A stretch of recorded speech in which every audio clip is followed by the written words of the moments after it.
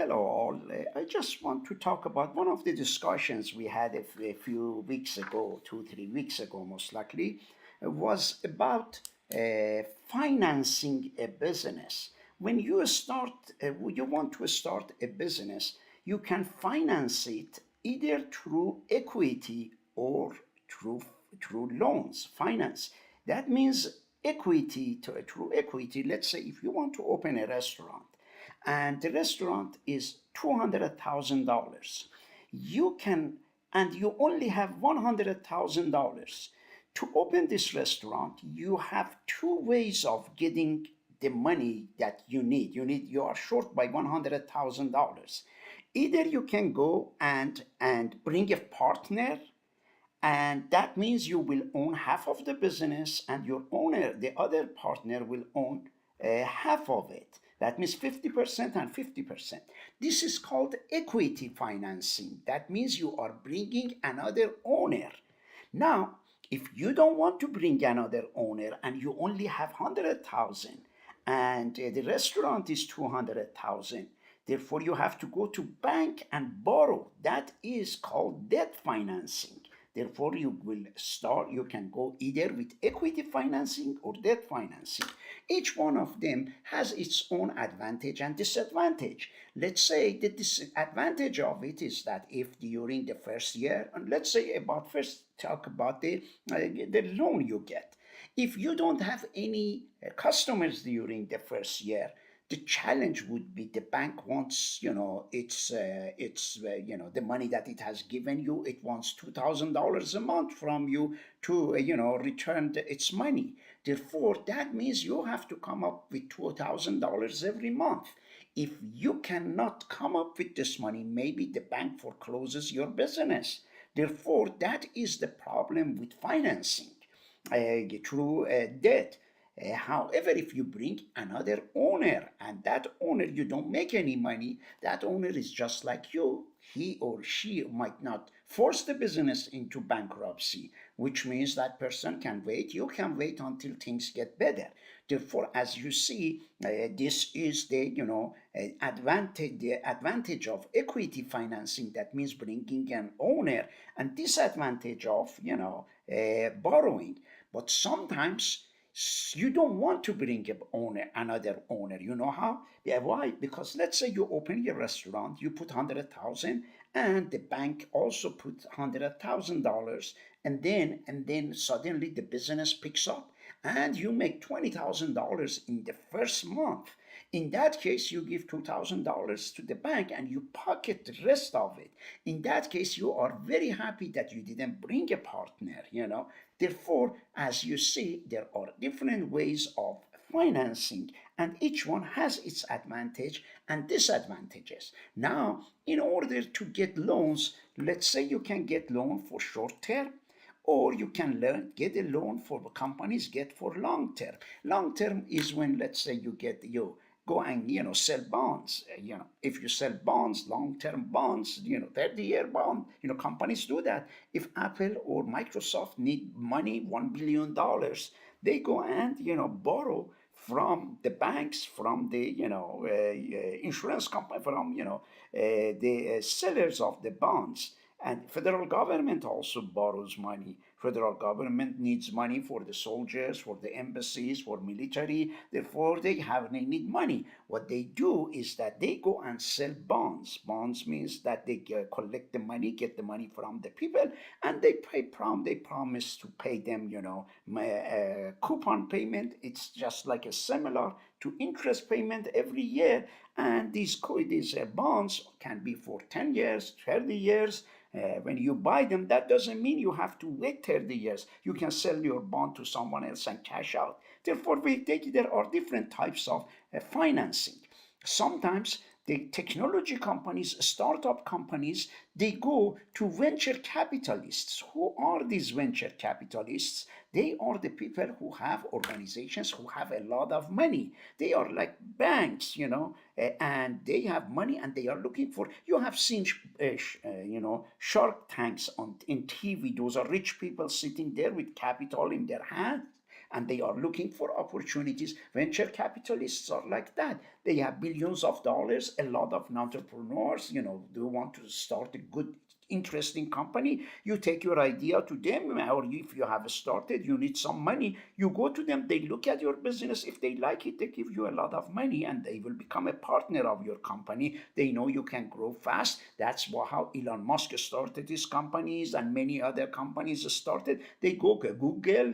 These people, when the smart people start their own business, they want money. Sometimes they don't go to the bank, to borrow. They go to these venture capitalists, and these venture capitalists, sometimes they have smart people to help the entrepreneurs, because they put their own money and they have the expertise. They can benefit, you can benefit, and then after a while, maybe your company goes public, you sell stocks, and hopefully, the company becomes multi-billion dollars, and then they sell the company in public. Venture capitalists get their money out. They put $10 million. They take out $100 million when the company goes to a public, and you become rich as you know. Therefore, venture capitalists are source of investment.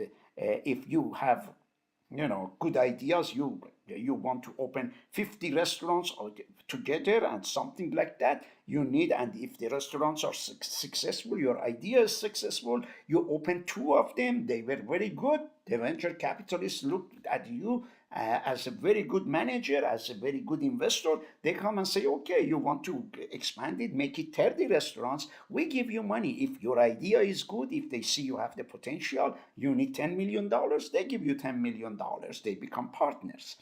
Let's say, who are then the angel investors? Angel investors are different from venture capitalists. Let's say you want to start a business and you need, you have $100,000, you have $100,000 short. We said that you can go to bank to borrow, but sometimes you might have a rich uncle or a good lawyer in town who is a nice person, a nice, lawyer. You go to him or her and say that, you need $100,000. You say that you want, this is a startup company, and that person is called angel investor. He or she gives you money to help you, and hopefully he or she is expecting to get some return on his money. This person is different from these venture capitalists. These venture capitalists are usually big. They want to give millions of dollars. If you go to venture capitalists and you say you need 10,000, 20,000, they don't talk to you. They say we are dealing with bigger companies than those who need 10 or 20 or 100,000. However, angel investors will help you. And or you can go to friends or family, ask for financing, or you can use crowdfunding. Crowdfunding is that, go and fund me. You have seen something like that, but those some of them are non-profits, but some of them are for-profits. You create a video and say how your business is, and then some people, look at the video and see, if they see opportunities, they might suddenly, a lot of people might put them, money. Each one of them might contribute $100. You need $10,000, which means 100 people each contributes $100. You raise your $100 and start your own business. Of course, when they put their $100, they become owners, and hopefully they want profits. That's the way you can raise capital.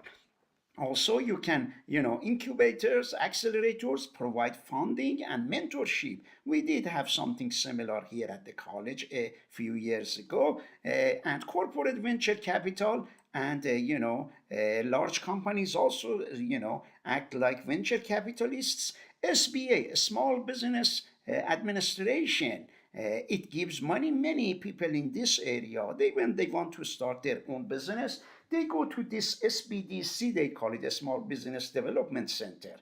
And that's a good place if you want to start your own business. State of West Virginia has many offices, all the states. And these offices, are there to help you and connect you. This is government institutions, they try to connect you with the bank, and sometimes they talk to the banks and say, please help this person. Why do they do that? Because it's good for the government. When you start your own business, the government wants to make sure you are successful and you have enough resources. They provide you advice, help you to develop your business plan, to help you, to get. Therefore, if anytime you want to start a business, I strongly recommend to go to SBDC. There are we had one at the college. There was a business instructor we had. She was in charge of SBDC. People who wanted to start their business came to her, and she helped them. And also government grants. And government grants are non-repayable. Why the government provides, grant? Let's say you are an expert, you are a good doctor, you say you want to create a good vaccine to help people with cancer or something, and if the government thinks that you are a great physician, you know what you are talking, maybe they provide financing. Therefore, these are the sources of financing. Why did the Federal Reserve? I got this from from the discussion board. Why did the Federal Reserve enact the franchise rule? Franchising. A lot of franchises like McDonald's, like Subway, a lot of franchises. Therefore, it's not just the food. There's hotels. You have heard of Motel 6. These are all franchises. And then the government, of course, wants to make sure these are regulated. Otherwise, those companies can go and misinform you about their organizations, and they want your money. In fact, I know someone who started a very smart business in Tennessee. He signed a contract with a pizza business which is called Marco's. Maybe some of you have heard of this branch or this pizza. It's just like Domino's, Marco's.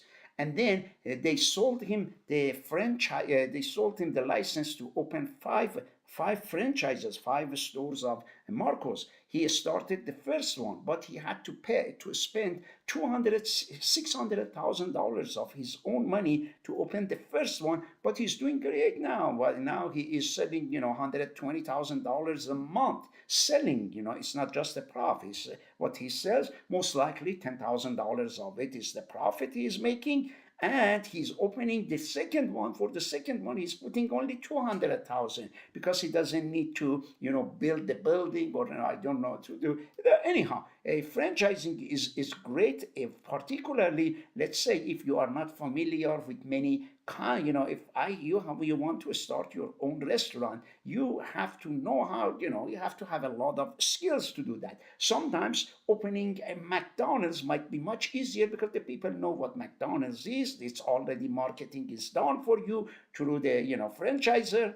And then the food is supplied to you by the trucks of McDonald's. All you will do, you are an investor, you put your money, and then a manager goes and learns. Therefore, franchising has its own advantage, but has its own disadvantage also. It costs more. You want to open a McDonald's, you have to come up with $1 million. There are franchises that you can start with 10,000, 20,000. Let's say you want, or let's say there is a tax organization here that it's a franchise, and therefore you go there and open your office, and the organization comes and helps you to set up your franchise. Doesn't mean it has to be expensive franchise.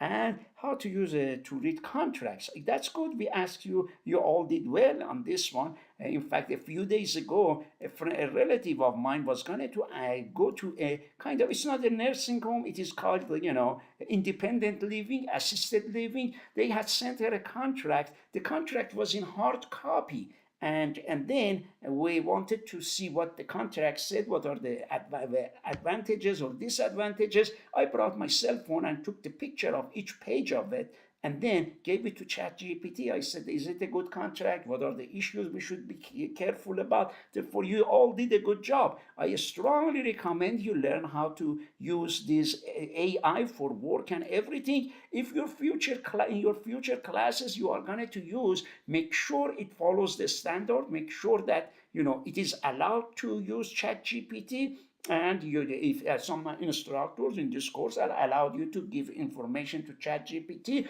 bring the information from the ChatGPT, submit it.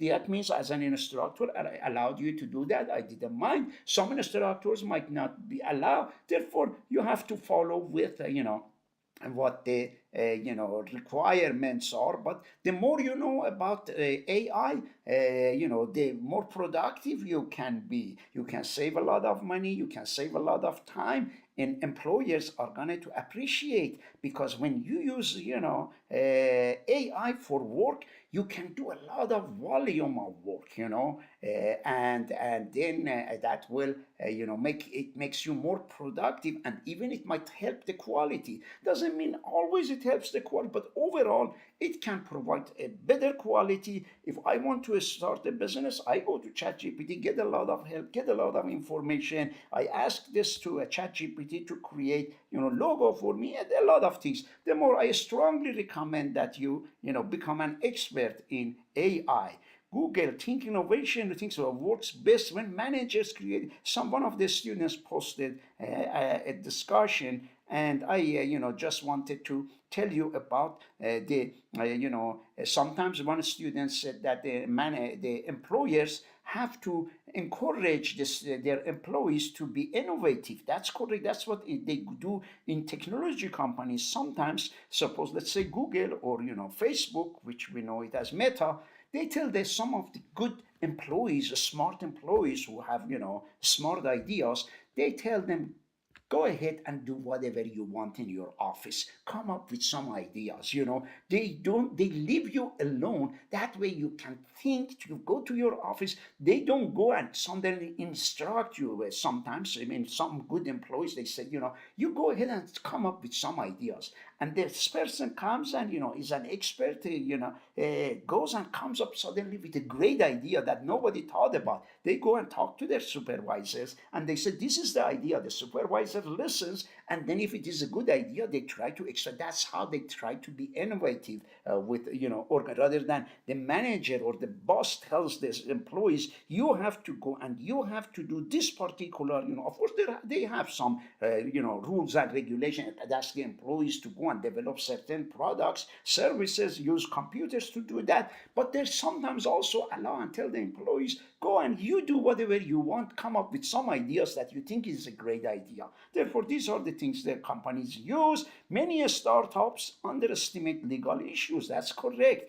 Legal issues can be a problem. If you want to start again, use ChatGPT. And of course, as I said, not ChatGPT or it can be always right, but I would do I collect a lot of information. I would say, I want to start a business, a restaurant in Moorfield. What should be careful about from the legal point of view? What kind of insurance do I need? How can I be sued? What kind of food problem I might run issue? How the contractors can, what I can give the lease of the restaurant and say, what can the owner do? The owner of the land that I am leasing, therefore, the more you know about these things, the more you can use this, utilize AI, and the more you do research. And sometimes you can be successful if you start a business that you already know about, you already know what you are good at. One student might be good in childcare, and therefore he or she would think about starting a business. Another student might be good in being a good secretary, might be a starter. I know someone who started an excellent business. She used to go to the house of the elderlies. These elderlies didn't know how to, how to call their insurance companies, how to call the government agencies, how to pay their, taxes online. This woman had such a great, business, but she was going to the house of wealthy individuals. The person, someone who was 80 years old, 85 years old, his eyes were not good to write checks or something. He didn't know what was going on with his finances. And the woman was not an accountant. She was just like a bookkeeper. But she had good clients. Every client, she was going in the morning, spending with this client for 2 hours, getting $200 from this person, then going to the next block, helping another person. Therefore, there are a lot of other, smart businesses that the people can start. and but you have to do the research, and you have to do the smart thing is to get involved in things that you know. The person who started, in fact, I told you about Marco's Pizza, that the person started, the person was a physician. He didn't know, but because it is a franchise, it's easier to start a franchise. And in fact, he did a very smart thing. He gave ownership to someone who was a manager of a pizza shop. He brought it into his business and gave him 10% ownership of that. When the franchisor felt that this doctor is very smart, bringing already someone who is familiar, they liked his idea. Therefore, it's important to know about the businesses that you want to start, or if you don't know, maybe a partner, maybe a research. But if you have any questions, you have been doing great. And as you all know, this course will end soon. And keep up the good work. If you have any questions, you let me know. As I mentioned, I will be until July 31st. I will be around. After that, you will have a kind of new advisors. If you have any questions, you let me know.